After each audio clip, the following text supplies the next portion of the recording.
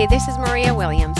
In this video, I'm going to show you how to put together these two cards that are slider cards using the Tasty Truck stamp set, which is free during celebration with a $50 purchase. Please forgive my nasally voice. I've been fighting a cold for about 10 days and didn't want to delay the video any further, so here we go. This is the card that I've previously put together. It's a birthday card with the cupcake stamp, and I also used a little banner stamp from the stamp set. I'm only using one today, which is the Tasty Trucks stamp set, which, as I mentioned before, is free during celebration with a $50 purchase or more. And this is the Cupcakes and Carousels Designer Series paper stack. The lightest color in this paper stack is very vanilla, and I'm going to be using white cardstock, but it doesn't matter because the pattern paper I'm going to be using does not have any very vanilla in it, so it doesn't matter at all. I've already cut all my basic pieces of paper on cardstock. I'm starting out with a Whisper White card base, standard A2 size, a 5.5 by 4 1/4 piece of pattern paper, and then I have a piece of Bermuda Bay, which is cut to 4 3/8 by 3 1/8, and then I have the slider mechanism, which is cut to 1.5 inches by 4 inches, and then the little tab at the end, which is 2 inches by 1/2 inch. So the first thing I'm going to do is stamp my center panel. I'm going to go ahead and use Versamark ink because I want to emboss my image. You definitely do not need to do this, but I find it easier when I'm coloring to go ahead and emboss the image because then the raised edges of the embossing help me to keep my coloring nice and neat. As always, the first thing I'm doing is using my embossing buddy to prep my cardstock, and then I'm going to get my black embossing powder ready. On the first card that I did, I used silver embossing powder because I wanted a softer, more feminine look. But here it's a more masculine or more gender neutral card, so I'm using black. So I'm inking my stamp really well with Versamark ink, and then I'm going to apply a lot of pressure to the stamp to make sure that I get a really good impression all over. And then I'm going to apply my embossing powder and get my heat tool and melt the powder. Then I'm going to use my embossing buddy again, just in case I got any fingerprints on the corner of my cardstock, and I'm going to stamp the little flags again in Versamark ink and use the embossing powder and my heat tool. To color the image today, I'm going to use Stampin' Up markers, Stampin' Right markers.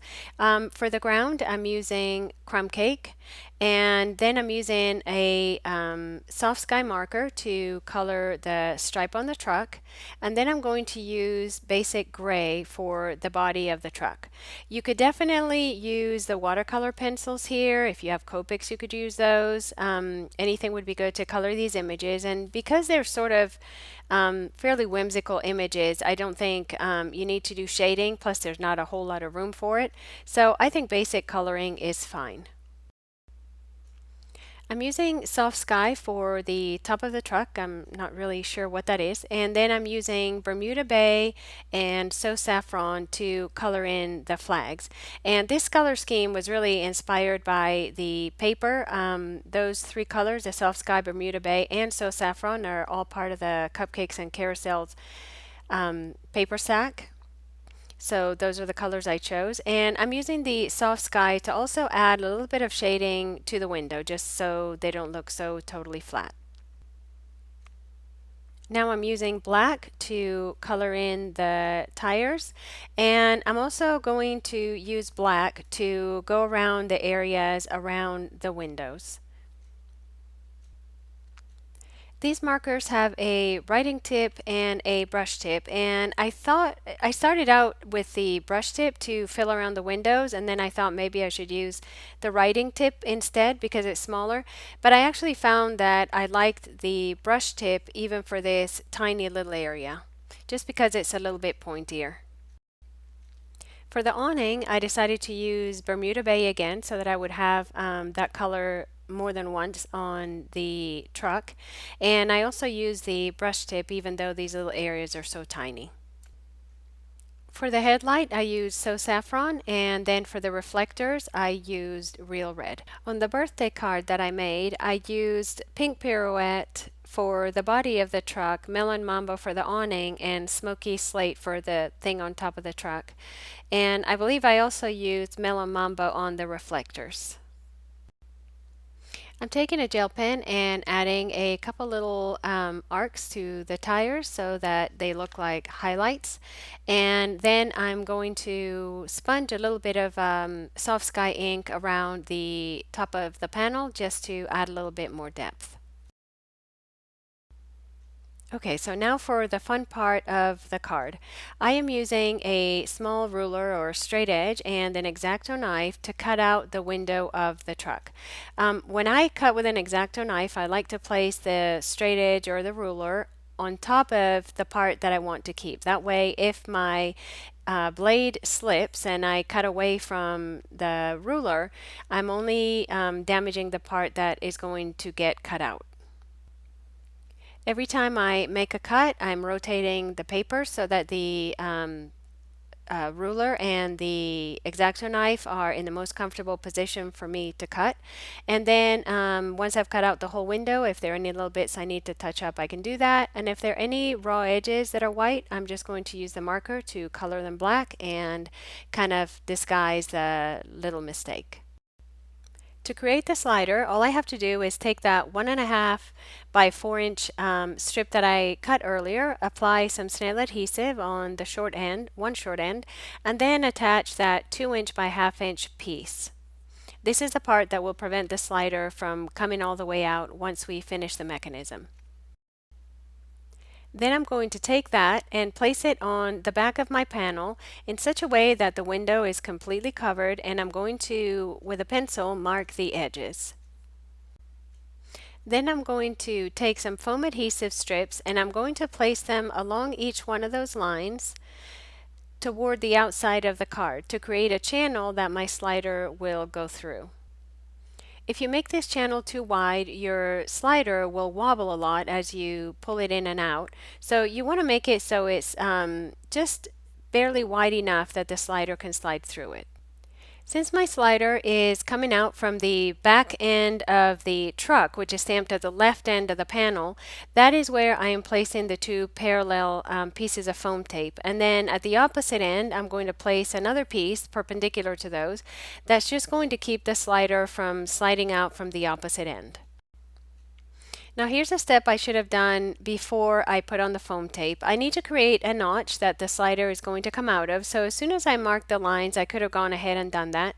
But luckily, I can still slide the circle punch over the foam tape and punch out the notch. To figure out the placement for the cupcakes and the sentiment that are going on the slider, I need to align the slider exactly where it's going to go and mark the windows with a pencil. I'm going to mark the first one and then slide it down, make sure everything still looks good in the back, and then mark the window again. On the birthday card, I stamped the cupcakes with basic gray ink, but I decided to stamp my tacos in So Saffron. I could have set up my Stamp-A-Majig here to stamp my tacos, but I thought that I could do just fine just by eyeballing it. And as you can see, I got a pretty good row of tacos. I did edit out the part where my head got in the way. And then I'm going to let this dry before I erase the lines or color it in, and I'm going to stamp the sentiment. So back to the tacos now. I'm erasing the lines all around and then using a So Saffron Stampin' Write marker to color them in and a Pear Pizzazz marker to color what I think would be lettuce. I used black archival ink for the sentiment, and archival ink takes a little bit longer to dry, but it should be dry now that I've taken all that time to color in the tacos. So I'm using my soft eraser again to erase all my pencil lines and make sure that my slider is nice and clean. And I'm going to go ahead and assemble the card. I have taken a 1/8 inch hole punch and punched a hole on the left side of my slider. And now I'm just cutting some twine that I'm going to loop through the hole so that people get the idea that they're supposed to pull on it. And then I'm just going to remove the backers from my foam adhesive strips, place my slider inside the channel that I have created, and carefully attach it to the piece of Bermuda Bay cardstock that I have already cut. And the slider is done. I think it's so cute. Before I attach my slider to the front of the card, I'm going to work on the inside of it. That way, if I mess it up, I can just get another card base and I don't have to worry about trying to get my slider off the front of the card. And all I'm doing for the inside is taking the congratulations sentiment and the little banner, stamping the congratulations in the middle, and then repeatedly stamping the banner on both sides of the congratulations. Again, editing my head out of the video, I did get right on top so that I could get good placement on the little banners. To finish off the inside, I'm just taking the So Saffron, Soft Sky, and Bermuda Bay markers and coloring in the banners. On the birthday card, I added a little bit of Wink Stella to the cupcakes, but on this card, again, since it's a little bit more masculine, I decided not to add it. You could, of course, add that, and you could also add some sequins or some other embellishments. The last thing I need to do is attach the piece of designer series paper to the front of my card. This is my preferred way of doing it. Stand them both upright, line them up, and then press them together. And then attach my slider mechanism. I am going to use tear and tape to attach this so that I can make sure that when people are working the slider back and forth, it's not going to detach. And then I'm going to place it right in the middle of the card. I love interactive cards, and I think that this one is pretty easy to make. If you don't have the foam adhesive strips, you can just line up some dimensionals. Just make sure that the dimensionals run right along the pencil lines. You could also cut the awning from a separate image that you stamp and emboss and cut off the scallops from the base panel and attach the awning on top if you want the scalloped edge. That would just be a little bit easier than using the craft knife to cut it out. On the birthday card, I just used a small balloon punch to punch out the balloons and just used a silver pen to draw the balloon strings. Thank you so much for joining me today. If you enjoyed the video, please give it a thumbs up. See you next time. If you would like to see more pictures or purchase any of the products used in this video, please visit my blog at mariascardsandmore.com. Thanks for watching.